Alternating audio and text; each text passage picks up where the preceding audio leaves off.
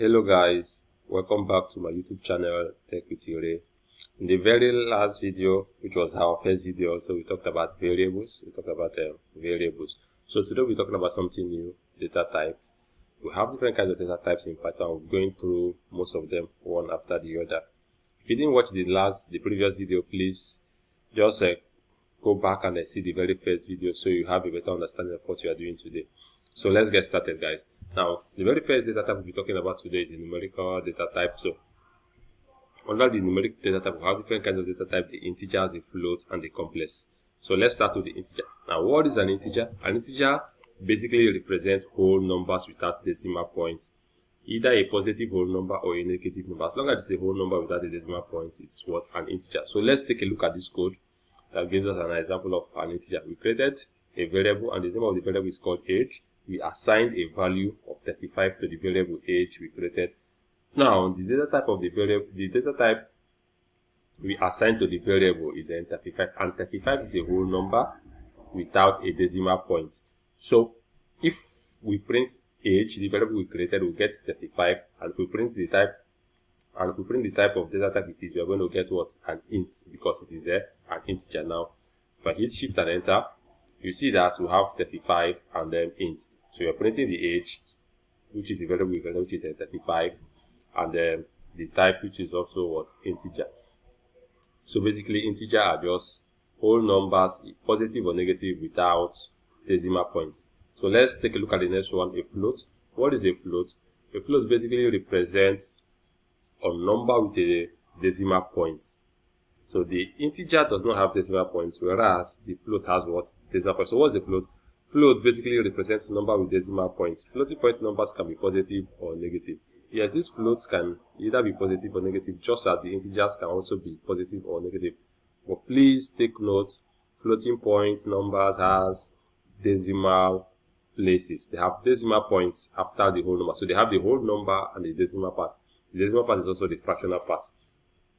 So if let's take a look at this code again. We created a variable called pi, and we assigned a value to it, 3.1. For the value assigned to this variable pi is what? A floating point number. If we print pi, we are going to get the floating point number we created, and if we print type, it's going to tell us that it is a float, to be sure that we created a float.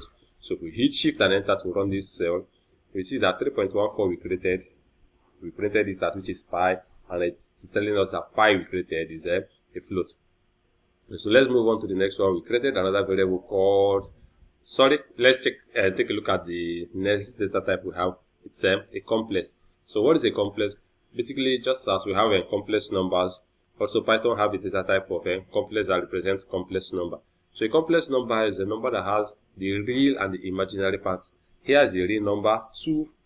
In our example here, 2 is what? The real number, while 3j is the imaginary number. So we created a variable called z equals 2 plus 3j. So 2 is the real number, while 3j is the imaginary number. So if we print z, we are going to get the complex number we created, and if we print type of z, we are going to get a complex, telling us that it is a complex number. So if we hit shift and enter, this is the variable we created, and this is the type of the variable we created. So guys, let's move on to the second data type on our list. Now the second data type is the sequence data type. So under the sequence data type, we have different kinds of data type. Let's start with the string. Now, so what is a string? A string represents a sequence of characters, and they are usually enclosed in a single or double quote. So we created a variable. Called name, and we assigned a string. Now the string we assigned, this is a sequence of characters, sequence of characters that are what? Enclosed in a double quotes. So the name of the string we created is called name, and then we print the name, which is the string. We print the type. So if we run this cell, we're going to get the string we created, and the type, which is also what? A string. So let's move on. A list is the next on our list. So a list is also what? Of the sequence data type. So now lists, they represent an ordered collection of items, and they just know that they are mutable. Now when we mean ordered collection of items, what do we mean? means that these lists are stored in index and they can be assigned according to how they are stored. Take for instance 1, 2, 3, 4, 5. Each of these elements in this list are stored in a specific index. So if we want to access the second element in the list, we have to access it via the index which is stored. So when we move further talking about list and the list comprehension, how to access element of a list, we're going to talk more on that. So for now, just know that lists are ordered. Just know that lists are ordered collection and they are mutable. When we talk about mutable, what do we mean? We mean that lists can be changed, they can be updated, we can remove, we can add, they can be they can be changed. So that is what we mean by mutable. When we say a list is mutable, it means we can actually manipulate them easily, change things and then add things. So if we print our list and check the type, we're going to see that this is our list and this is the data type. Let's talk about the next one on the list, a tuple. So what is a tuple? A tuple is also an ordered collection of items, but they are immutable and they are enclosed in parentheses. So while our lists are enclosed in square bracket, tuples are enclosed in parentheses. Lists are mutable, tuple are immutable. So tuple cannot be updated easily, just as the way the list can be updated. If we run this code, we're going to see that we have our list, our tuple, which is 1020, and then we have the type, which is a tuple. Okay, so let's move on to the next one. The third on the list is the mapping data type. So basically, the mapping data type, a perfect example of the mapping data type is what? A dictionary. Okay, so the dictionary is a perfect example of the mapping data type. So what is a dictionary?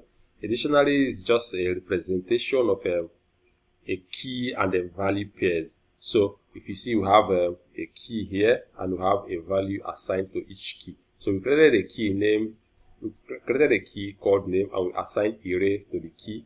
We created another key called age, we assigned them 35. We created city and we assigned Port Harcourt. So a dictionary is more like what?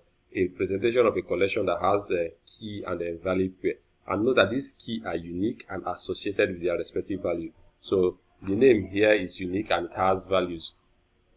If we can have more values inside the dictionary, just create a list and assign all the number of values we want. So basically, this is just a dictionary. If we hit shift and enter, we're going to get the output, the name, age, city, and then the like. So name says what is name, array, age, 35, city, Port Harcourt, and the data type is a dictionary. Now, dictionary represented as a dict in short. Let's move on to sets data type. So we have set and we have a frozen set. So what is a set? A set is an example of an unordered collection of unique elements. So just as the list and tuples are ordered, set is unordered. Set is what? Not ordered. So meaning we don't store them to a particular index so we can access them easily. Set is what? An ordered collection. Now, set do not allow duplicates. Sets do not allow for duplicates. Lists can carry duplicate, but sets does not allow for duplicates. And also note that they are enclosed in curly brackets. The sets are what? Enclosed in curly brackets. Just as the dictionary are also enclosed, the dictionary is also enclosed in a curly bracket, but it has a key and a value. But the set does not have value. The set is not the key value pair relationship here, but it has what? A curly bracket. So if we hit shift and enter, you see the set we created and it's telling us that this is what? A set. So now we've talked about set. Let's talk about the frozen set. So what is a frozen set? A frozen set is what? An immutable set. So while this set is mutable, the frozen set is what? Not mutable. The frozen set is not what? Mutable, meaning we can't change whatever we have there. So let's say we have vowels. Now we created a variable called vowels, and then we said we are letting this Python know that okay, this vowel we are creating is what? A frozen set, and we pass a list. If we pass a list of whatever we want to be frozen. So when we print this, when we run this we're going to see that we have the frozen set, which is this, and the type is also what? A frozen set. So let's talk about Boolean. So what is a Boolean? A Boolean is a data type that exists in two states, just either true or what, false. So it represents either true or false, and they are usually used in logical expression, comparison, and then conditional statement. So for instance, we have a data type that says is it raining equals true. So print is it raining, and the type will run this. For run this, we see is it raining is equal to true. So we are getting what? True. Print is it raining, and then the type. So this is true and then Boolean. Now bool is used to represent Booleans. So let's go to the last data type we have on our list for today. It's called the non-data type. So what is the non-data type? The non-data type is basically telling us that there is an absence of a value or a null value, and they are usually used to indicate that a variable does not have a value assigned to it. So basically, we might just create a variable and we don't want to assign a value to it yet.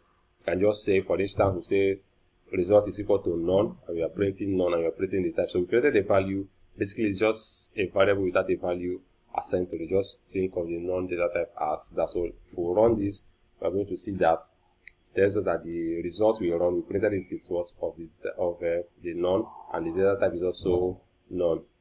So that is it, guys. Thank you very much for watching to the end. Please remember to subscribe, like our videos, and also share it. If you have any questions, feel free to drop your questions at the comments below. Thank you, guys. See you in the next video.